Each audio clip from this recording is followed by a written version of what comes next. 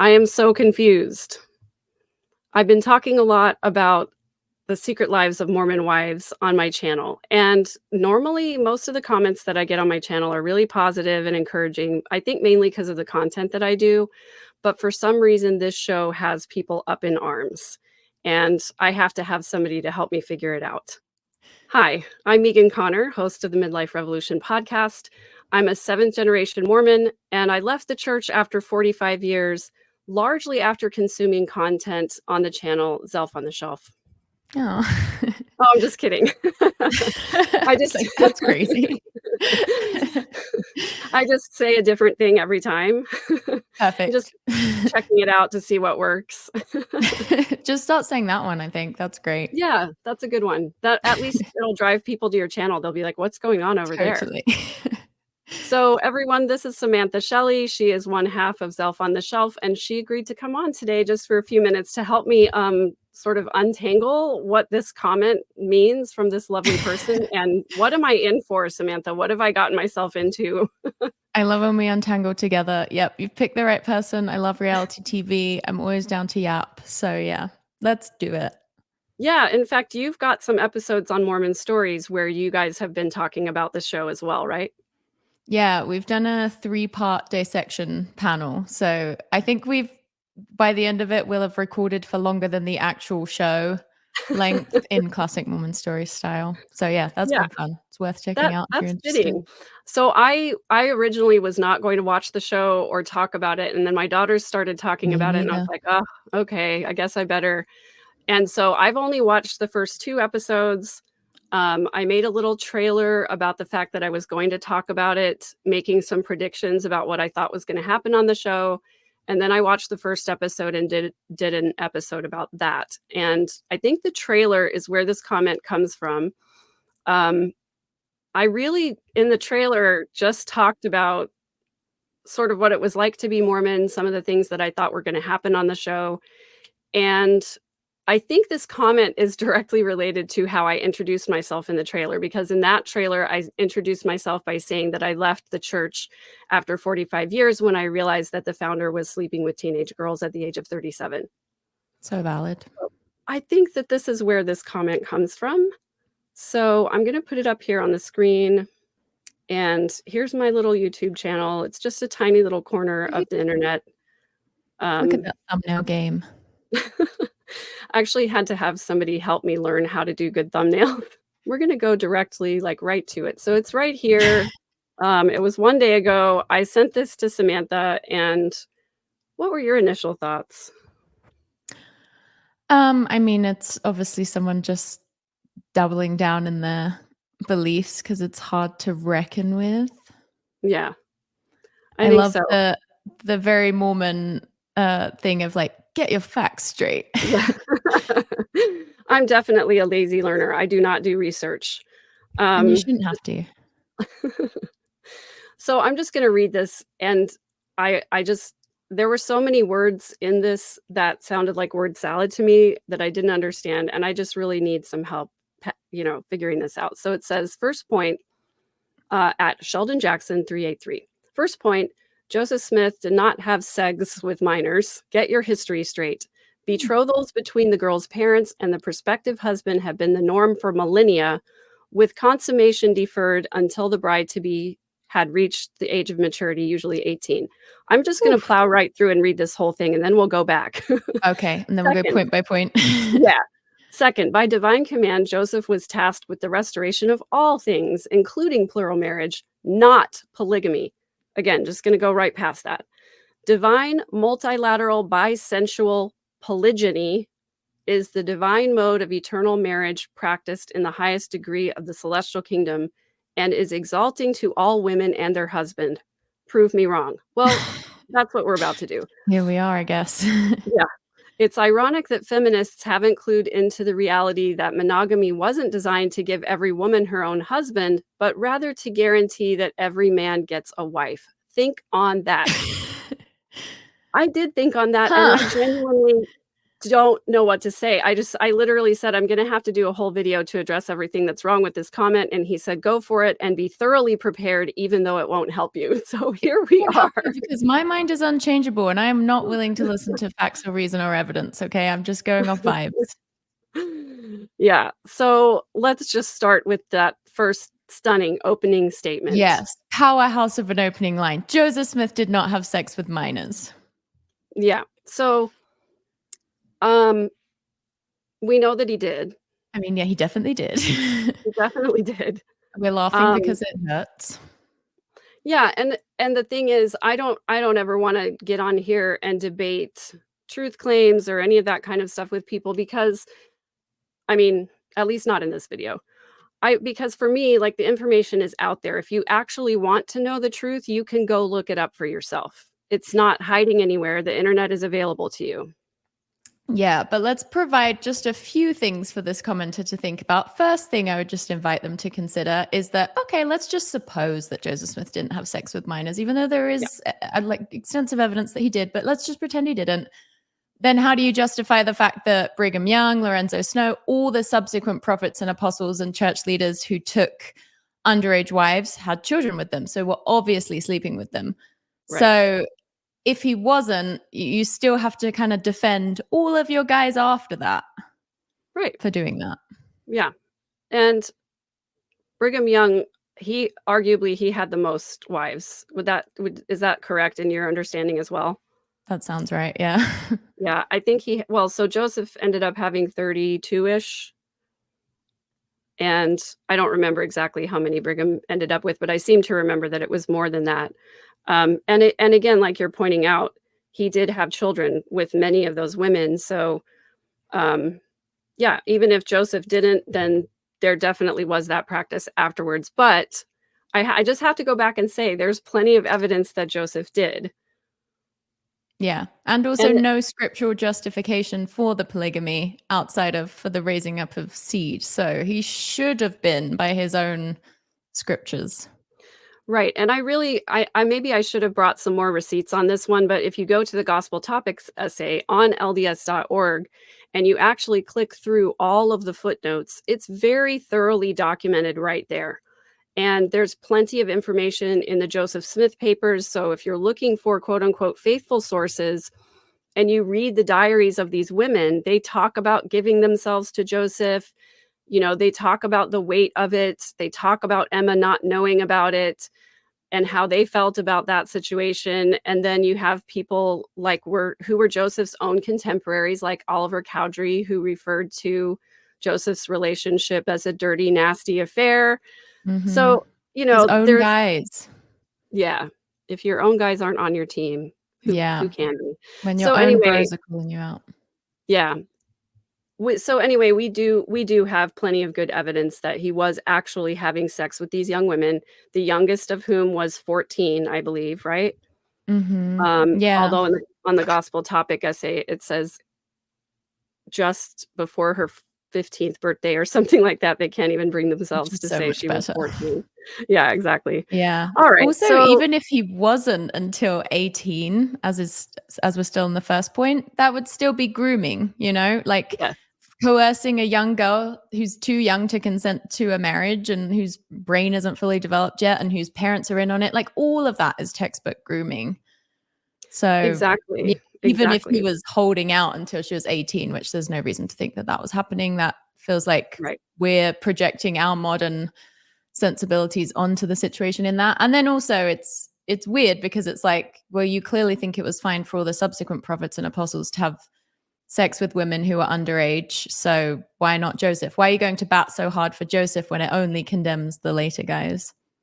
Yeah, for sure. And I mean, I don't know, maybe this guy isn't okay with the later guys, but he sounds like a faithful guy. So even if there was a problem that polygamy was exploiting women, not going to leave the church over it because prophets are fallible. They're just a man. And I don't know. There's all kinds of those arguments out there as well. Mm-hmm.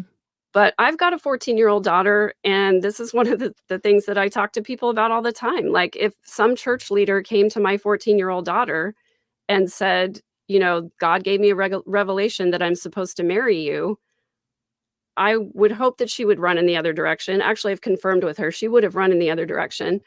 Yeah. And then, I would have had to be arrested for what I did to that person. So That's the thing. Like it's ironic that so many of the people that would defend Joseph Smith are, pro Tim Ballard and stuff, because in those, anti-human trafficking operations, they're going after parents for like giving up their 14-year-old. I mean, they're not actually doing that. Like OUR is not doing that, but like in theory, that's like the whole yeah, thing, right? Is like just because a right, parent gives their child to a predator does not make it okay. Like, but for right, some reason, that's always brought into the Joseph Smith question of like, oh, but her dad was really down for it. Her dad, who also got to have other wives because of it. It's right. just, it's all textbook grooming still, no matter what way you look at it. Yeah, exactly. So let's go back to this too, because this is actually an argument that I haven't heard before, that this thing about betrothals. I've never had somebody bring this up in the context of polygamy, because I think it's like completely unrelated. And Mhm. betrothals, just the fact that he says betrothals between the girl's parents and the prospective husband have been the norm for millennia.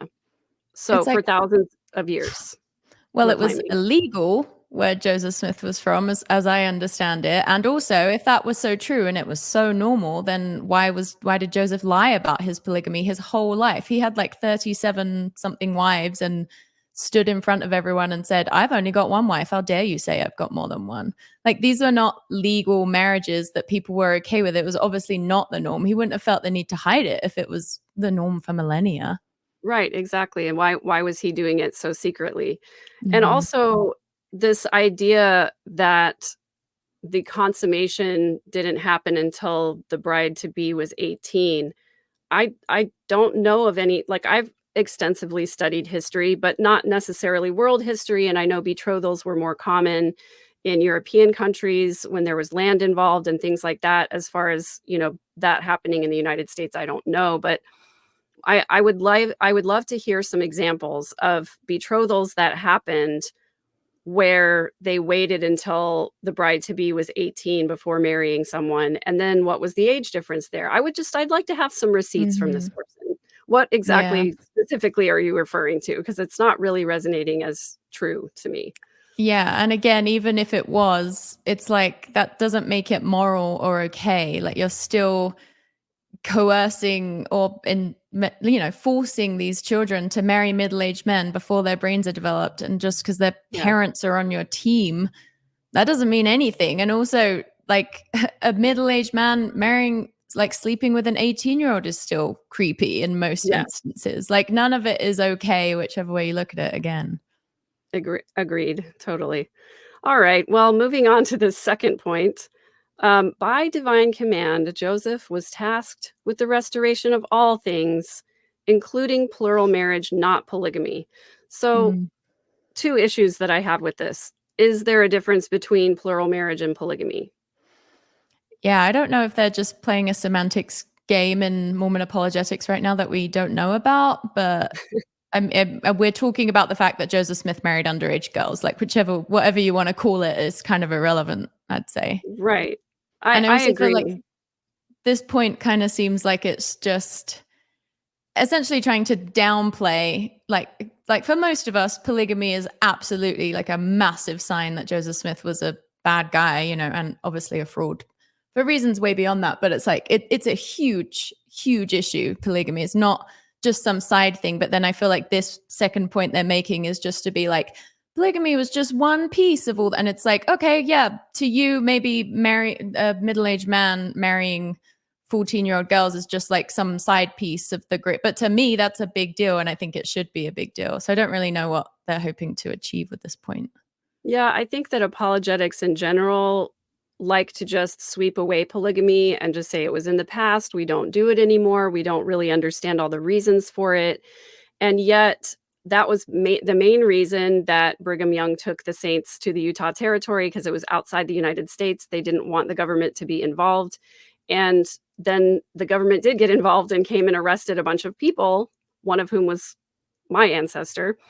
And so for the church to continue to say like it wasn't a big deal it was literally the reason for the founding of the state of Utah as we know it today. So I don't like that we just sweep it under the rug and tell people not like, just don't talk about it, don't think about it. It's okay. You don't need to know all of these things.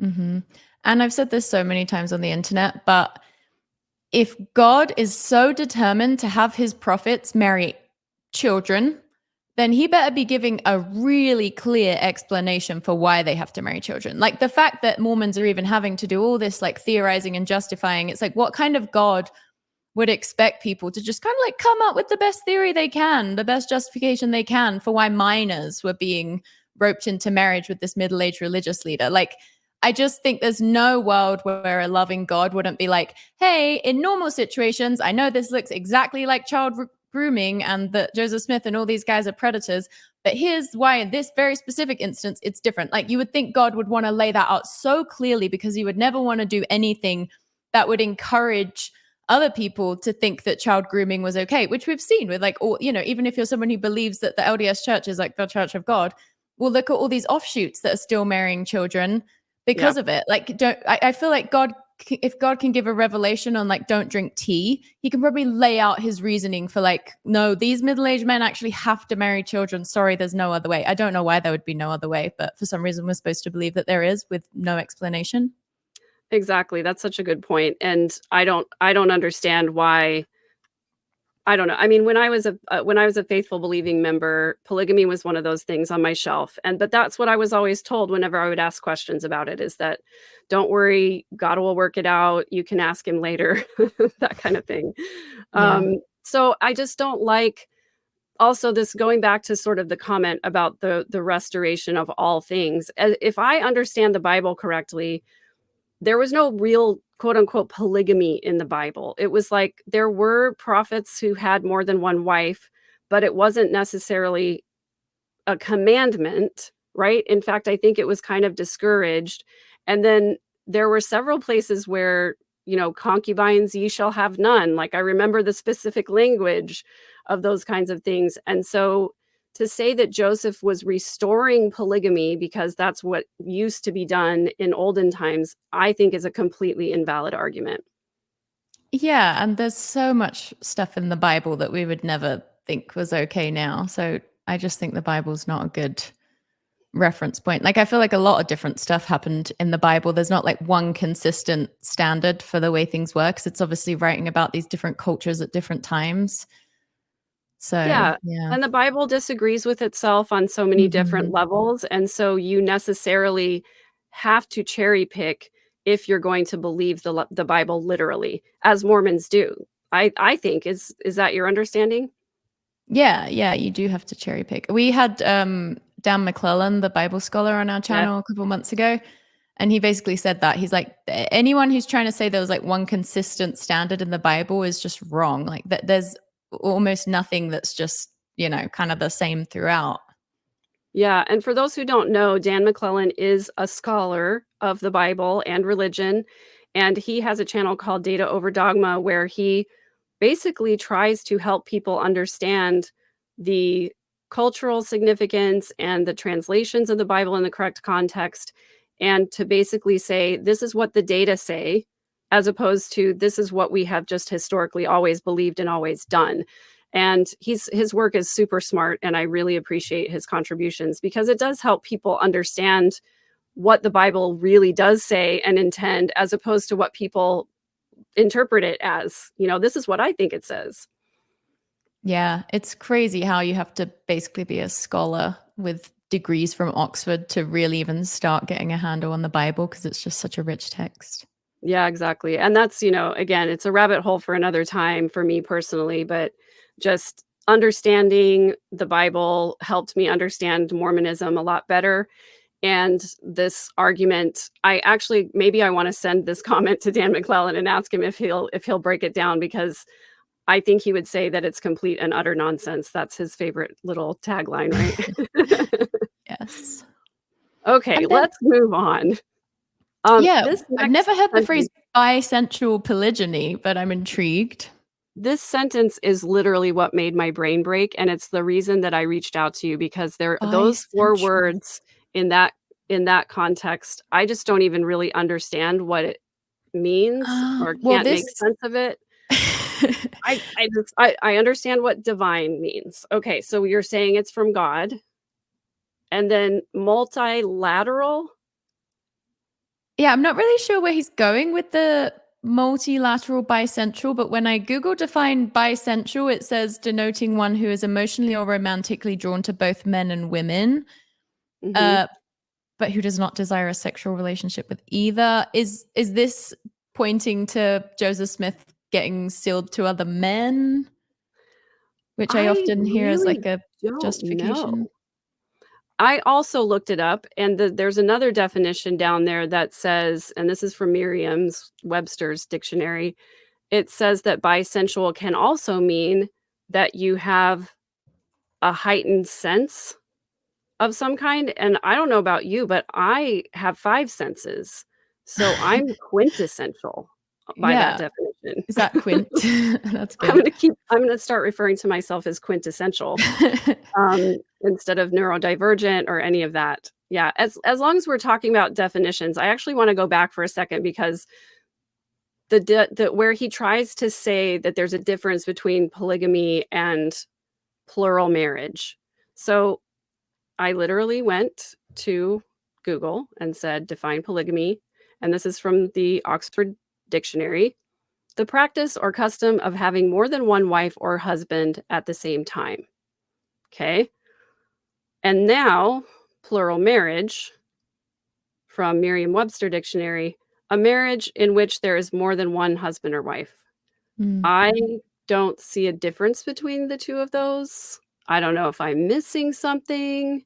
Yeah, I think What the only difference is that plural marriage in theory could go both ways, but polygamy is explicitly patriarchal, right? Because it's one man, many women. Yeah, I suppose. I'm sure I don't really I'm still very confused. I'm sure all the Um, things we don't understand about this comment perfectly explain why it was totally justified for the child brides to have been a thing. So right, that's on right. us. Word salad. Um, and polygyny, for those who don't know, refers specifically to a man having more than one wife. For some reason, there's a separate word for that. And then polyandry is a man being married to more than one man, which we also know Joseph Smith did. He was sealed to other men. He was sealed to Mm. them. As far as we know, he didn't have sex with them, but Right, that was just I mean, bringing them into his giant polygamous family. Usually right, they were having plural wives, right? And that was right. Yeah, part of the usually some of bonding, those the cult men. bonding ritual. Yeah, and then Joseph Smith was also married to women who were already married, Mhm. and in Great one case, as far people as I to know, listen someone to. who is pregnant. Oh, really? Sorry. Pregnant even? Yes, I talked over you, sorry. No, What'd you I say? talked over you, I just but just for in case anyone watching doesn't know, in D&C 132, it says that all plural wives should be virgins. Well, Joseph didn't follow that. He was also supposed to have Emma's permission for all of them, and he didn't follow that either. Right, exactly. So, maybe he threw in that thing about the virgins afterwards because he's like, "Well, from now on, I would prefer to only From have now on, I'm virgins." just gonna do virgins. I'm gonna rein it in. I'm gonna be in my healthy girl era and just do virgins. uh, Oh, goodness. So, just to reiterate, divine, multilateral, bisensual polygyny is the divine mode of eternal marriage practiced in the highest degree of the celestial kingdom and is exalting to all women and their husband.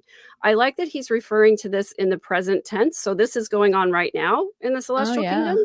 Question Yeah, mark? everyone's doing divine multilateral bisensual polygyny these days. It does sound kind of like a polyamory trend, doesn't it? I almost kind of wanna make a commercial about it. Have you tried divine, multilateral, bisensual polygyny? It's the way to Changed go. everything for me. Everyone's doing it now. So and he invites us to prove him wrong. I just don't even know As where he to even said, begin. there's no proving him wrong, you know? I mean, Right. it's fruitless. So I'm guessing maybe this person is someone who has been to the celestial kingdom, who Mm. knows that this is the divine practice, Mhm. and has portaled down here to let us all know Well, he portaled down to watch my YouTube video on my tiny little channel, to let us all know that this is what's being practiced right now. It's Oh, I good love to it. know. It's nice I when they love a portal guest down appearance. to give us information, yeah. Yeah, exactly. Otherwise, how would we know? We would just be in ignorance this whole How time. would we know? I'm baffled because I've never seen those 4 words put together in that way. Mm. I've actually Mhm. I've never seen any combination of those 4 words in any you could switch them around however Yeah. you wanted. I've never seen that combination, not from an apologist, not from my entire time in the church, not from my 6 years of teaching gospel doctrine. I've never seen those words used in that way, so I don't know where he's getting his information from. But if any It's of you out there know, if you could refer us to the proper text, I would love to read it. nice to know that original thought does still exist out there. This is it is original, that's a good word for it. It's original, it's surprising, it's so many things. This Alright, let's this go ahead. last point, this ironic Yeah, feminist point, yeah. It's I ironic that really feminists haven't clued into the reality that monogamy wasn't designed to give every woman her own husband, but rather to guarantee that every man gets a wife. think on that. What I am it still thinking on that a day later.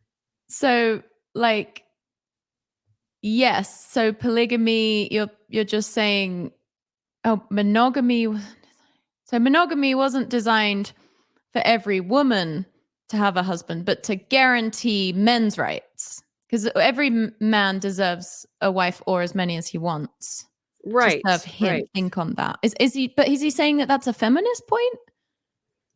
I don't really know what he's saying. I think we've established at this point, I'm just trying to untangle it a little bit, and if I am misunderstanding this person, I would like to know. So, I actually Mm. did Google this because I wanted to know who did design monogamy, you know? Hmm. Um, this Because is as I one little understand thing. it, Homo sapiens are naturally pair bonders. Like we do Yes. kind of pair up, but typically, I think throughout time we've been pair bonded, but not necessarily monogamous. Like we've kind of Yeah. slept around a bit, but we've had kind of our main partnerships. Yeah. I don't know. This is I didn't do a lot of research on this, but I'm just now just now reading this, and maybe I should have read this before because, this is actually quite interesting. A couple, the writer and psychoanalyst Adam Phillips writes in his book Monogamy, is a conspiracy in search of a crime. Sex is often the closest they can get. Oh. I don't know. It's just yeah. So it says monogamy was socially imposed in ancient Greece and Rome, even if sexual infidelity with concubines and slaves was largely tolerated. So I don't know if this Mm. person is trying to claim that Joseph Smith designed monogamy or God designed monogamy. I don't really know. Designed to do. Because he didn't go into specifics about Maybe, who maybe he's designed just trying to monogamy. say like not every woman deserve like women don't deserve to have a man that's just theirs. Like the monogamy marriage is so that a man can have a woman, but a woman isn't owed anything. Think Maybe. on that. Dot dot dot. Dot, dot, dot. So also, I wanna just back up a little bit. It's ironic that feminists haven't clued into. I personally don't identify or define myself as a feminist. Do you? Yes. I mean, in the sense that, yes, I'm like, okay, tell me what feminism means to you because I wanna understand your perspective too. Well, I guess like the most basic definition is just believing that men and women deserve to have their perspectives and experiences and rights valued equally, as opposed to the patriarchal norm, which is where like the thoughts, feelings, experiences, ideas of men are just like valued higher.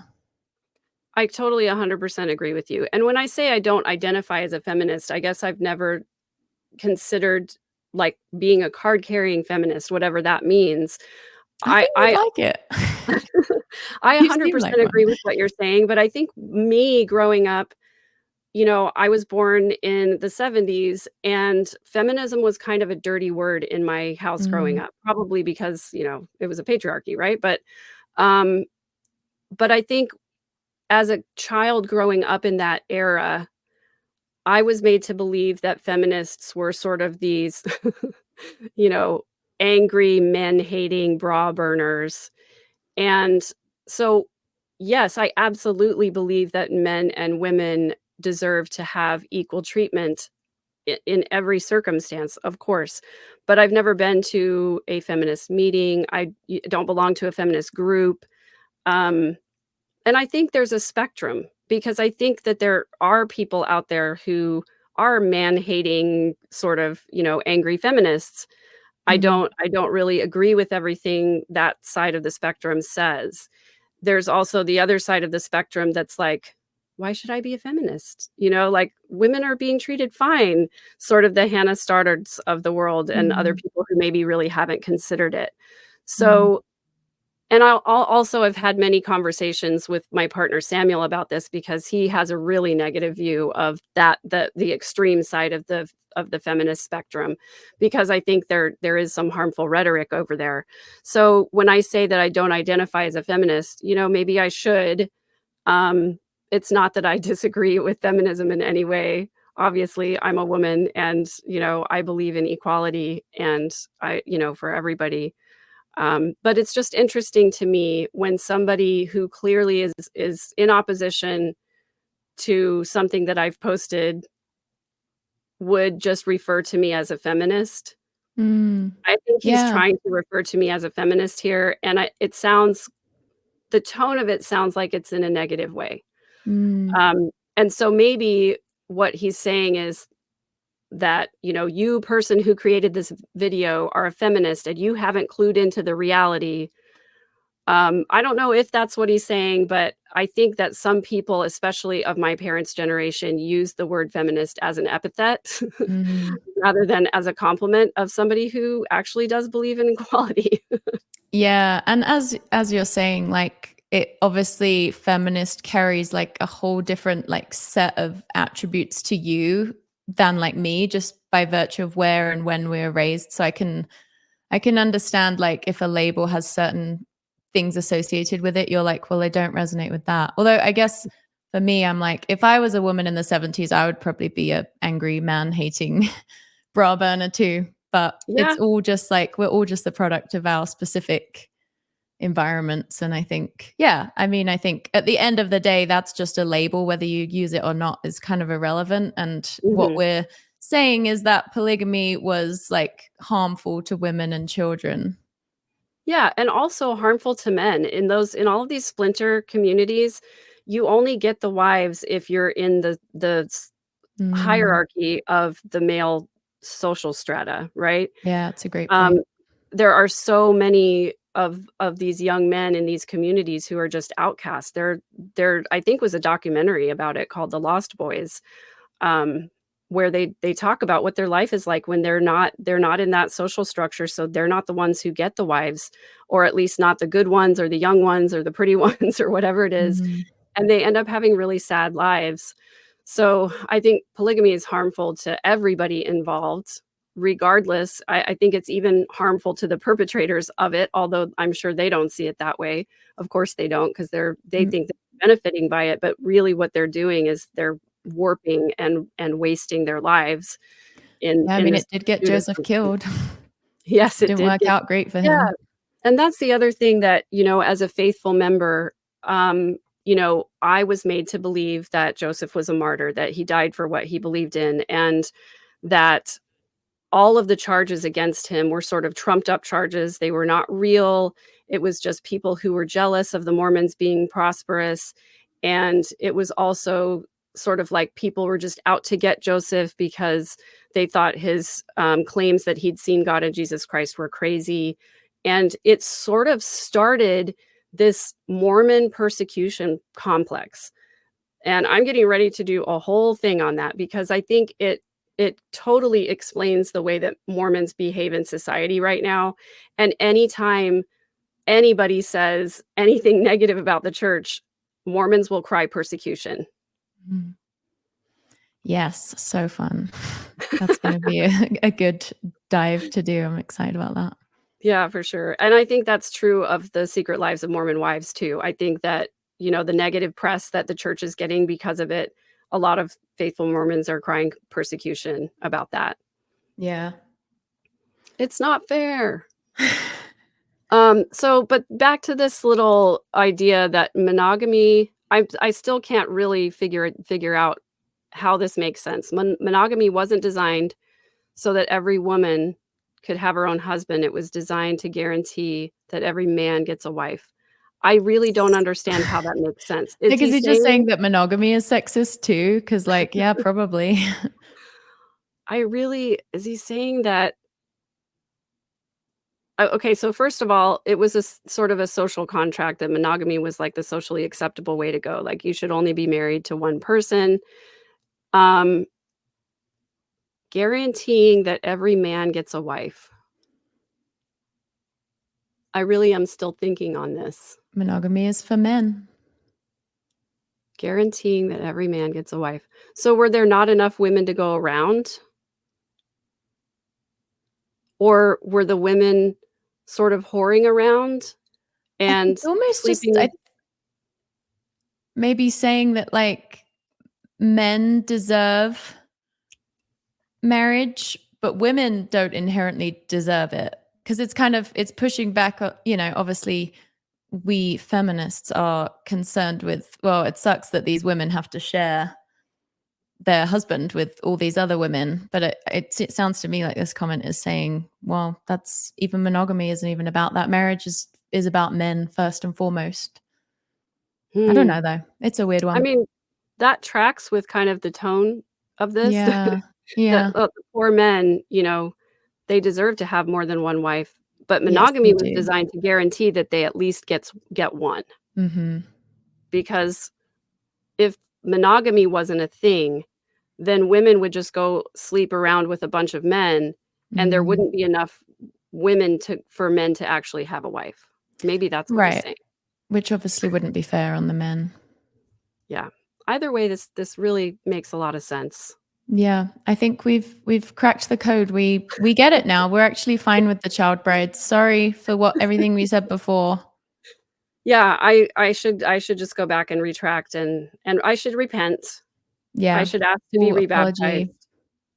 Mm. Full written apology. Actually, Dallin Oaks said that they don't accept apologies, right? He said we don't give or They solicit don't apologies. give. Hmm. I don't You as a woman might have to apologize. I probably would, especially since I'm a woman. We're Mm. gonna take a quick break right now to go to our sponsor, Divine Mm. Multilateral Bisensual Polygyny. Just the concept. We're just promoting it from here on out. It's bisensual, you guys. So Yes, that's how you know it's bisensual. good. So if you're only monosensual right now, you wanna try bisensuality. Yeah, monosensuality is out. That's not how they're doing it in heaven. Think about Yeah, it. yeah, you can't be in your monosensual era if you wanna go to the celestial kingdom. Cringe. No. We should put up a website. We'll start another channel devoted just to that. It sounds like something all the, like, queer, radical communist Gen Z kids would be like, "Oh, yeah, I'm doing multilateral bisensuality." They've gotta come up with an acronym for it, though. I'm just gonna stumble over it. It would be DMBP. Have you tried DMBP? It's the new MDMA. Beautiful.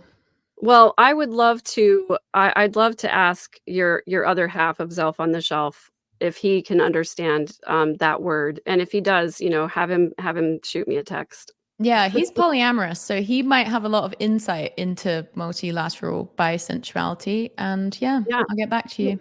he might already be bisexual then. I think he is, yeah. Yeah, as I said, I'm just gonna identify as quintessential from now on. Yeah, I'm gonna use all that's a 5 good of my power move. senses. Well, Mhm. what else do you wanna say today? Would you like to promote all the things? Oh, just join us on YouTube. We did a video one time. It's a couple of years old now, but it was what Joseph Smith's polygamy actually looks like, and we took quite a deep dive into like the grooming and how it just like aligns perfectly with every textbook definition of grooming. So if that's something that interests anyone watching, click Yeah, that, I'll or put that. just click more of Megan's videos. I will put that in the show notes. And you're also a coach, right? Yes, I do faith transitions, intentional living coaching. It's all very chill, guru free. I don't make people sign up for more than one session at a time because, you know, we all came out of Mormonism and Right. yeah, try to So keep it no, as low key as possible. yeah, no commitments and no MLMs involved in your Yes. coaching. Yes. Got No it. hierarchy. That's Yeah. awesome. But I Yeah, well, really, I'll put your links in the show notes so people know where to find you. I absolutely love you and your channel. I love seeing you on my Instagram feed. You always have smart things to say. I think you have excellent insights into things. And I oh. think especially for people who are younger than me, we just recently found out how far in age we're separated. Both of us thought, Yeah, I was well, assuming we were so similar, like a bit different, but yeah, yeah. I mean, we were both assuming each of us was younger than we actually are. Yes. So, and we owe it all to multilateral bisensuality, That's I right, think. that's right. We've embraced it wholly now. It's part of Mhm. our lives. So, I think especially for people who are in the 20 to 35-ish age group, you have such a great take on what it's like to be in that part of your life and deconstructing and how to handle all of the social aspects of that. And you're in Utah where it's kind of a tricky thing sometimes to navigate leaving the church when maybe all of your friends are still there or your family is. Yeah. Yeah. Thanks for the the promo. I appreciate it. I love Yeah, of seeing course. how much you've been dedicating to your channel lately. It's always fun to just see more of you in my subscriptions feed. Yeah. Well, I recently went full time, because I was, Ooh. involuntarily removed from my work position. Slay. So, yeah, so this became my full-time gig, and I am making a lot of content these days because Woohoo. I have the spare time. So, Love anyway, that. thanks for coming on and helping me unpack this. It's always great to have someone else's perspective. I'm glad I'm not the only one who didn't understand multilateral, bisensual, polygyny. Yeah, I knew Yeah. I was gonna get it wrong at some point. I That's the wish it would journey just that we're all on. yes, exactly. All right, people, be good to each other. Please subscribe to Zelph on the Shelf. Please like the episode and go consume more of Samantha's content. She's amazing. Woo. Yay. We'll see you Well, soon. bye. Thank you so much for having me. Of course.